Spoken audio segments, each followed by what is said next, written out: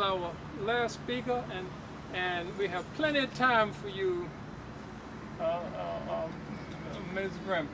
Plenty of time. So again, here's Angelina Grimke, an outstanding abolitionist. Yes.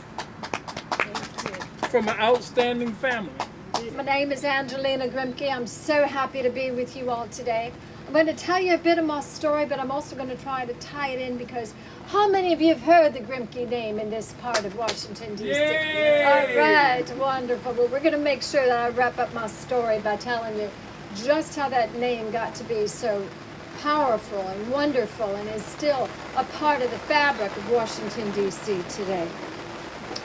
Well, I was born in 1805. The 13th of 13 children in Charleston, South Carolina. And I had an older sister named Sarah, who when I was born was old enough to be named my godmother. So Sarah and I became very, very close. She looked out for me when I was little growing up. And so I'm going to tell you a little bit about Sarah too as I tell the Grimke story. So let me begin by something that happened to Sarah when she was little. You see, my father was a third-generation plantation owner. He was a judge in the state of South Carolina and a very well-respected, well-known man and a slaveholder. Now, the way the plantations were set up was that the family never got to see what happened to the slaves after they finished the work that they did with the family. And one day little Sarah snuck out back behind some of the outer buildings, and she got to watch a slave being lashed and lashed and lashed. And it upset her so much she ran in the house and ran down the front steps, on into Bay Street, down to the docks, found there a ship captain and said to the man, "Sir, please, please, take me to a land where there's no slavery." She could not believe this kind of abhorrent behavior was going on her father's property. I didn't know this story till I was a little bit older, but I had my own epiphany too when I was about 4 or 5 years old. I was in Sunday school class one day, and it was a hot day. We needed to have the window opened, and so my Sunday school teacher tapped on the little slave boy sitting outside of the Sunday school class. Asked him to come in and push open a great big window. Well, as this darling little boy came in with the most precious little big brown eyes, I could see through his gauzy-like tunic that there was blood on the back of his back and the back of the tunic, and he had lashes and lash marks, and I realized what this child had been through. And as he got to climb back up on that windowsill, I thought to myself, why is the Sunday school teacher not doing that herself? Well, I didn't say anything. The poor little boy left. When I first saw the back of his shirt, it upset me so that I vomited on the ground. Well, that did not make my Sunday school teacher terribly happy with me. Not then, not really after that. And so that Sunday in church, the sermon was about Matthew 25:40. Whatever you do to the least of these, you do to me.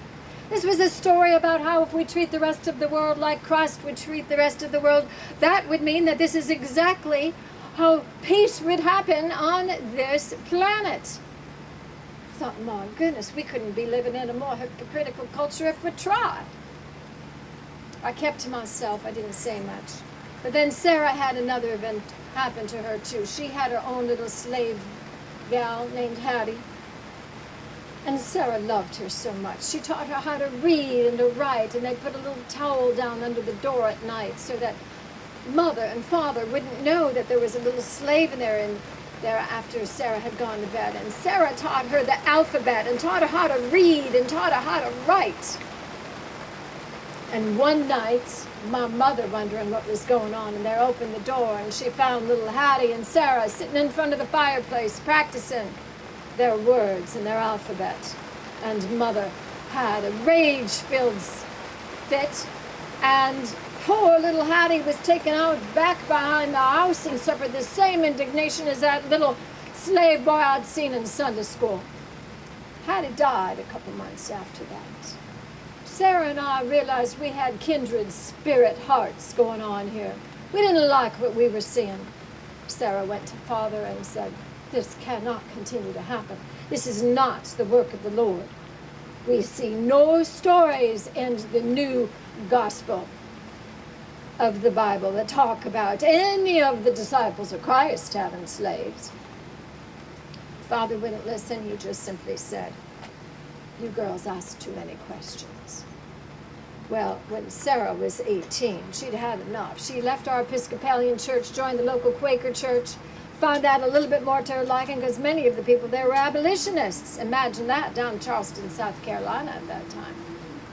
Sarah eventually left. She didn't want to do with all the parties and the gaiety and the dressing up that you had to do in Charleston so you could find yourself a man to get married to. Sarah began to realize that if you're a woman that lived in the South, you were as much a slave as the slaves themselves. You couldn't speak out. You couldn't say, let's be nicer to this slave or that slave, because she'd lose her dignity. She'd potentially lose her family and her house.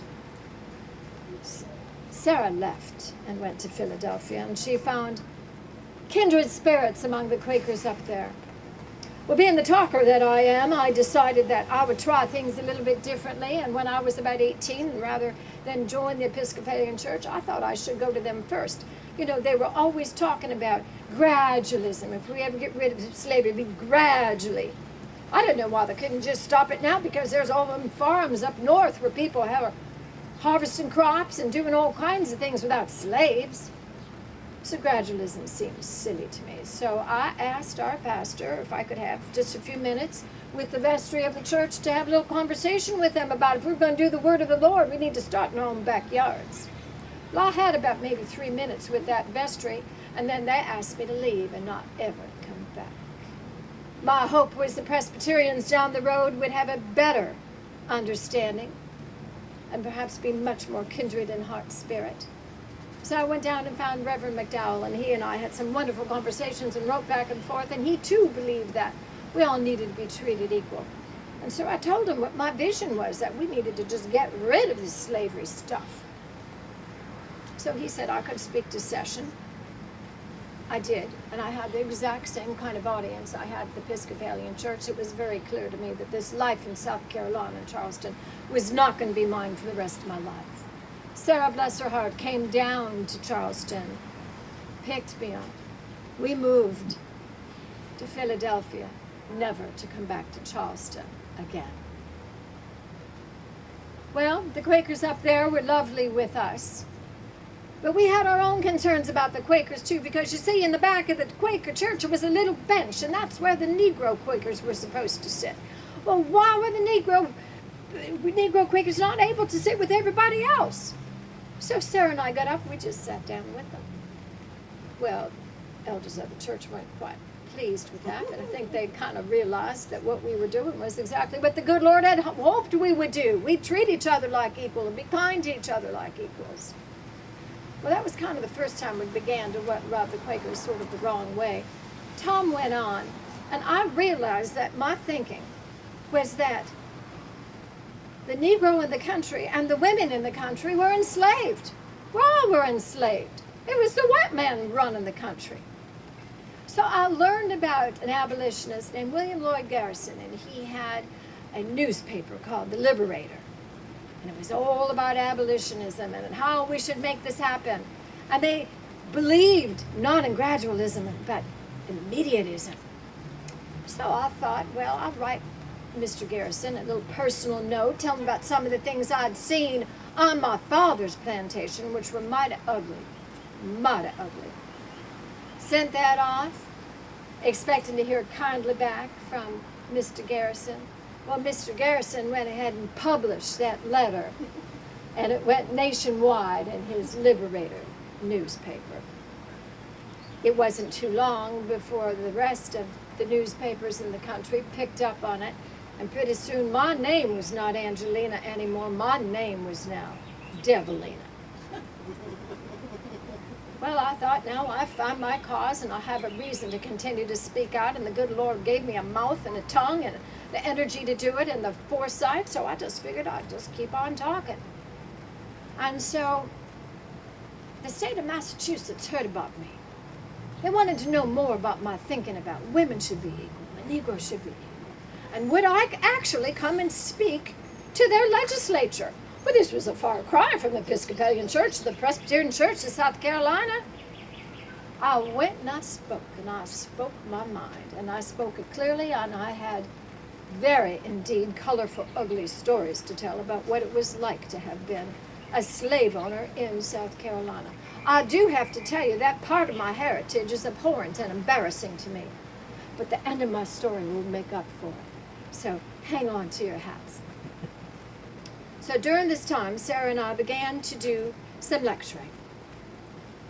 And I had the opportunity to speak at Philadelphia's brand new lecture hall in 1838. It had just been finished, built about 2 weeks before that. But during that time, angry mobs that didn't like the abolitionists were running around the country, grabbing abolitionists, beating them up, while William Lloyd Garrison himself was carried and dragged behind a carriage one night, deep into the night, almost died. If you were caught with abolitionism literature on you, you could be fined, you could be jailed, you could be murdered. So the hatred in this country was getting pretty gosh darn ugly. Well, I wanted to speak out against this, and so I did one night in this lecture hall. It had only been open a couple of weeks.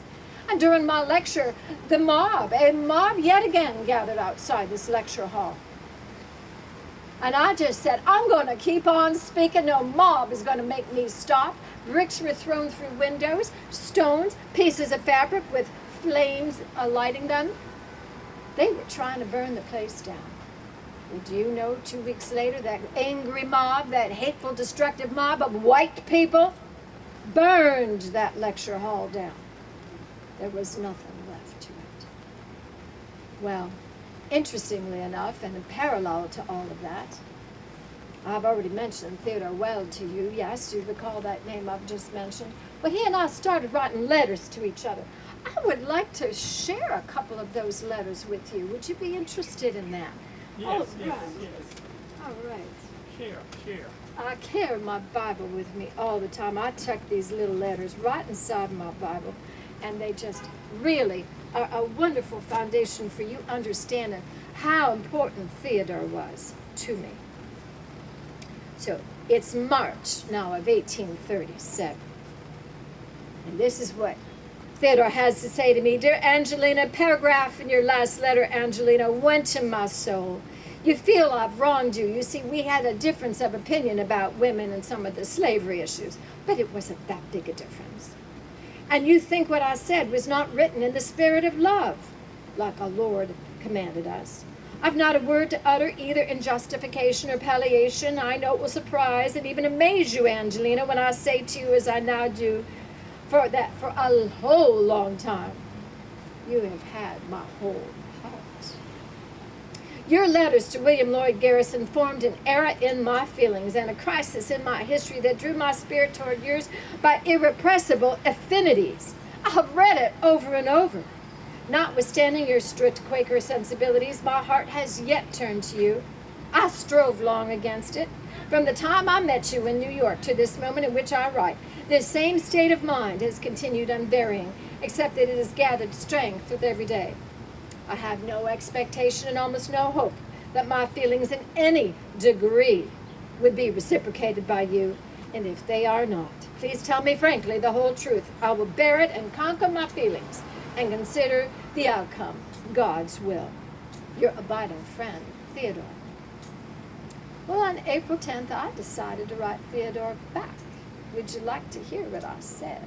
Yes, we would. What'd you say? All right. Dear Theodore, What did she say? your letter was indeed a great surprise, my brother, and yet it was no surprise at all. It was a surprise because of you so mastered your feelings as never to betray them. It was no surprise because in the depths of my own heart there was found a response so full of strength and power that I find my heart trusts you wholly. I do not understand how you could have no hope that your feelings are not shared by me. I feel, my Theodore, that the two halves of one whole, a twain and two bodies animated by one soul, and that the Lord has given that to each other. In God's sight, Angelina. Well, those letters kind of sealed the deal for Theodore and I, and we were actually married a couple of days after I gave that lecture in the lecture hall where the mob stood outside. We so believed in equality for all of God's creation that at that wedding ceremony, we had a Negro clergy person and a white clergy person, and all our guests were colors of all shapes and sizes. Because that's the way the Lord wanted it. Jesus never said, love one another except those that. Christ never said that. And if that's your way of thinking, Theodore and I agreed, you might not be thinking about sitting in a church on Sunday being all pious, because God loves us all. The time went on. Theodore and I were married. We had 3 children. 1848 came around. Some of you know what happened in that great year. While these wonderful women up in Seneca Falls, New York, got together, decided to have a convention, a women's convention. And Frederick Douglass was one of the people that attended that convention. Sadly, at that time, I was ill with having my 3rd child, and I could not attend. But I knew Elizabeth Cady Stanton, and I knew Lucretia Mott, and I knew the ladies that helped put that convention together. They had my heart. They had my soul. And they did good work. A couple of years after that, the women's convention happened in Akron, Ohio, 1851. And the key speaker for that convention was Sojourner Truth. And Sojourner Truth gave a wonderful speech where she talked about, ain't I a woman? And we all agreed in hearing all that. Yes, the good Lord made us all. And we were reminded out of that piece out of Galatians that the gospel teaches us. There is no Jew or Greek. There is no male or female. There is no slave or free person. We're all equal in the sight of God. However, Theodore and I could see all the anger running around this country.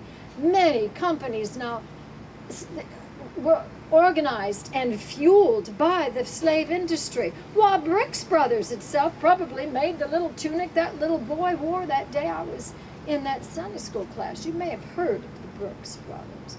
And I've also heard of Aetna Insurance Company. Well, they got their start insurancing slaves.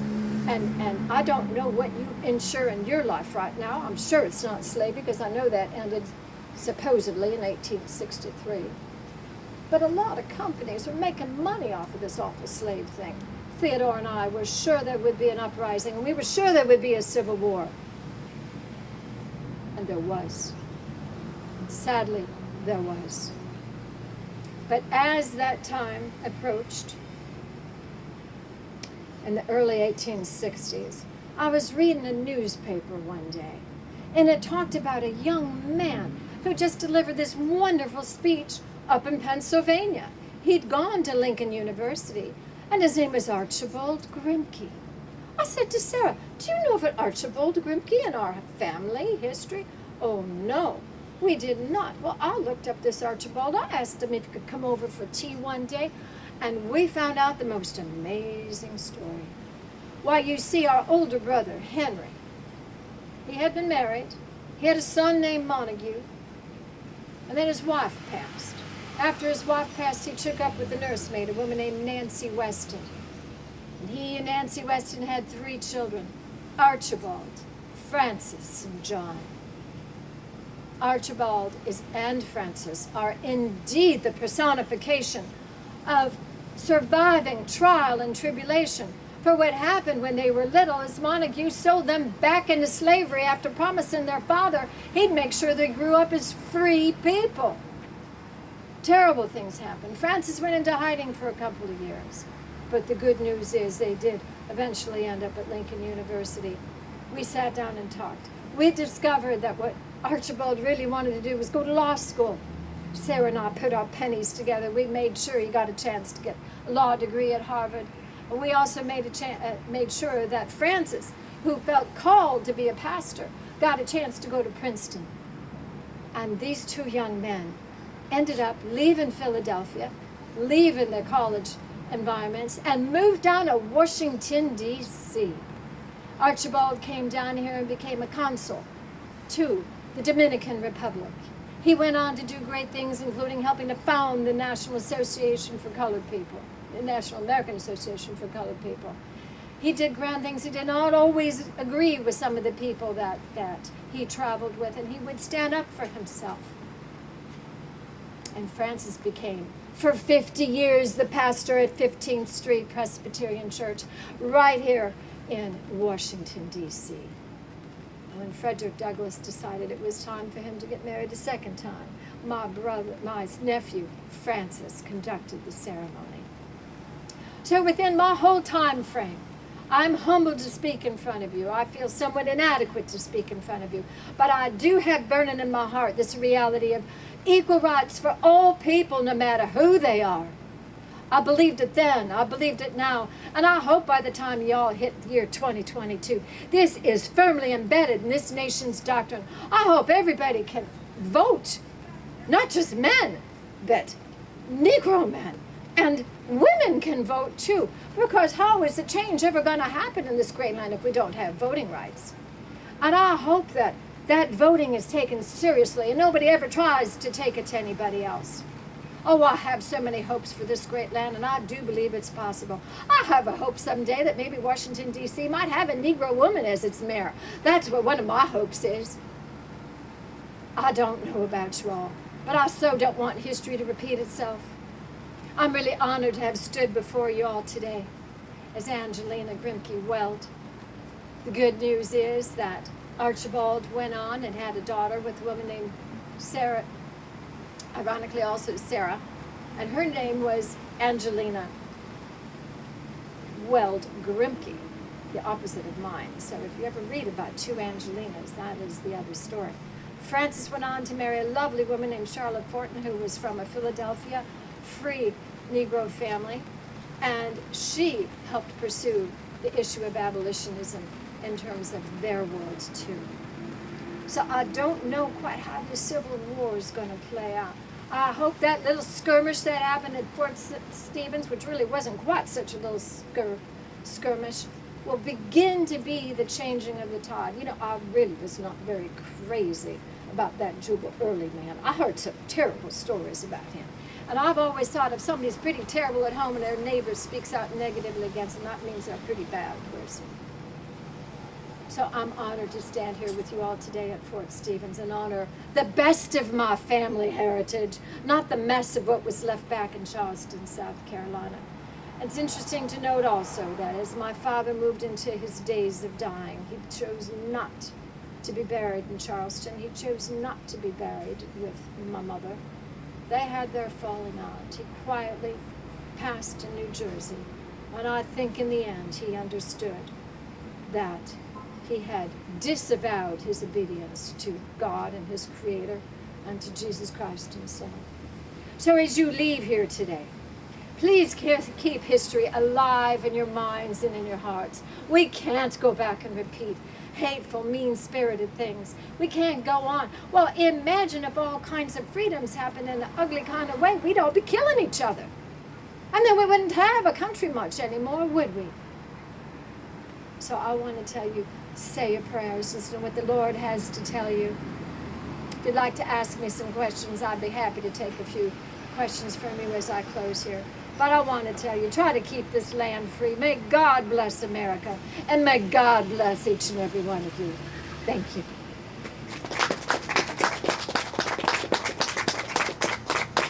Any questions? That's so powerful. My witness is powerful.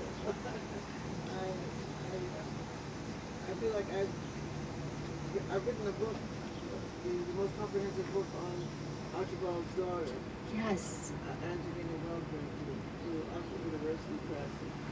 And I felt like I became her as the process of writing that in the basement of Howard University in the Lawrence Spitgun one there.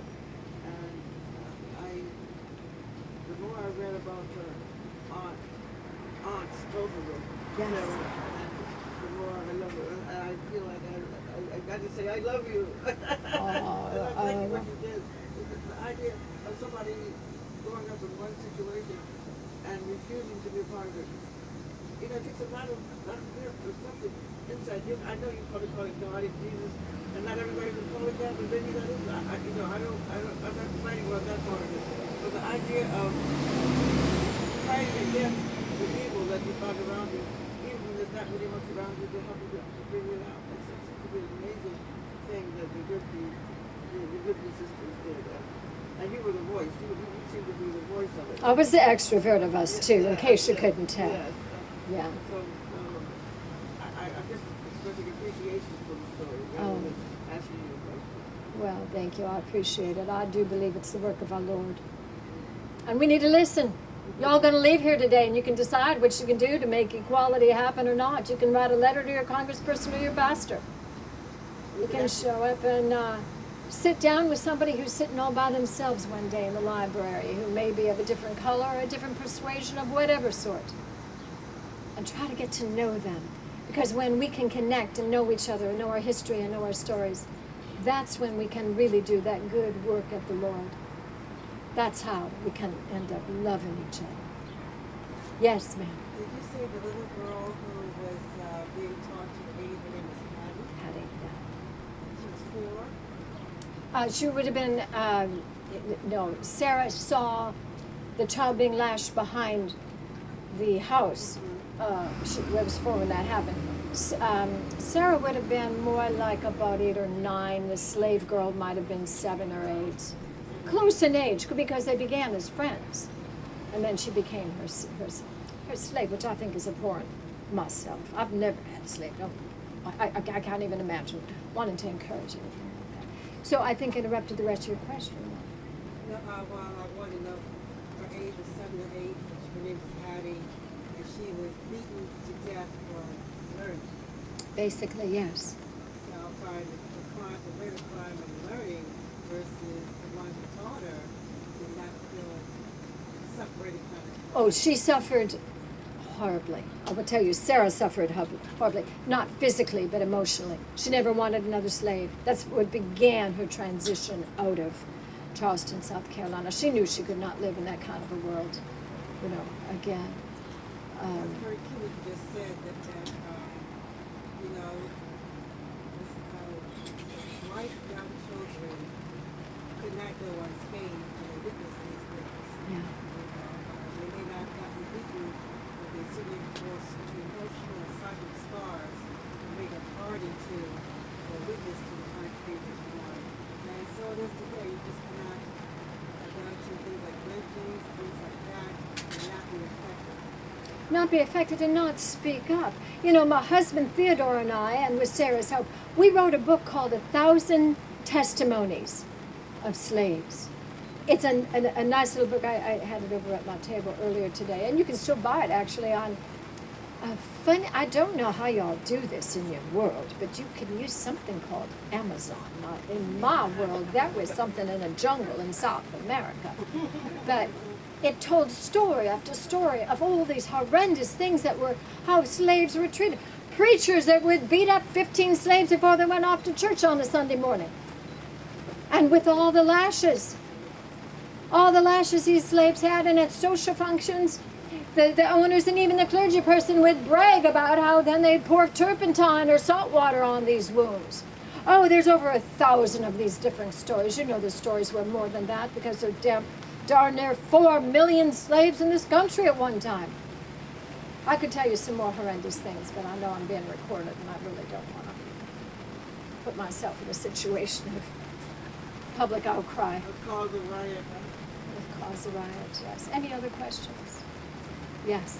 How long did Angelina live? I lived until 1879. I lived until after the Civil War. I am dressed today in one of my only dressy outfits. As a matter of fact, this dress was made from my mama's bedspread. I don't normally dress this fancy, but you're a special crowd today.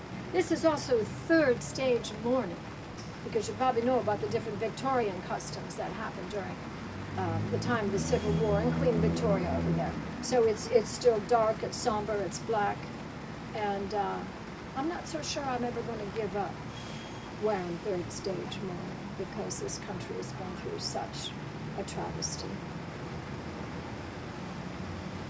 Anything else? You've been a delightful audience. If you want to speak to me one-on-one afterwards, I'll be happy to stick around for a bit. But thank you for honoring Sport Stevens today and all the wonderful volunteers that made today happen. I know Marvin's one of them. I know Melanie's one of them. I know Gary's one of them. All of you have had special things to do, and you've written a book about this, ma'am. So I'm really, I'm You found it, you found a footnote to it, remember? The young people, the other Angelina, I guess there's more than the three Angelinas now in another one. there's two that I know of. Yeah, well, I only know the daughter of, I know you now. Yes. So, I know the daughter of Oswald. so what's the chance of us declaring Angelina Grimke and Lynne Garvey Hodge among the greatest of Americans Oh today? my goodness! Oh my goodness! I'll make you cry. Oh, thank you. Thank We you. want to touch your heart because you have touched ours. Oh, thank you, Marvin. Thank you. And I hope that the Alliance to Preserve the Civil War Defenses of Washington will have you back over and over and over again. It would be such an honor. It would be such an honor. You've been the highlight of my day. Oh, well, I'm I honored. can There's- still remember the chills I had just reading about the story when I was researching your niece, and then you give me the chills all over again. Remember your presentation of that story. Well, you know, the Lord works through us in all kinds of different ways. So, anyway, all right. Be good, do good things. Remember, there is a neighbor that you can love. Madame.